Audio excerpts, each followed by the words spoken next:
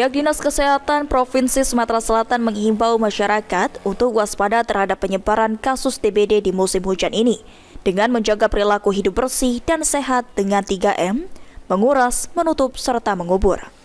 Diterangkan Kasih Pencegahan dan Pengendalian Penyakit Menular P2PM Dinas Kesehatan Provinsi Sumsel Muyono. Meski sejak awal hingga pertengahan April 2024 hanya ada sebanyak 8 kasus DBD di Provinsi Sumatera Selatan.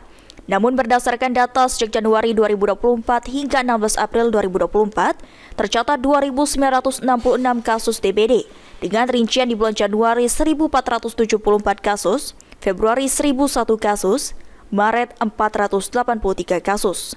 Sementara untuk 3 besar kabupaten kota dengan kasus DBD terbanyak yakni Palembang, Oku Selatan, dan Oki. Kita masih tetap waspada, tetapi kalau kita lihat grafik kasus kita dibandingkan dari bulan Januari kemarin, puncaknya ya, kita sekarang sudah mengalami penurunan ya. Nah, mudah-mudahan bisa kita pertahankan sampai bulan-bulan ke depan ini kasusnya tetap tidak terlalu banyak ya, bisa kita tekan.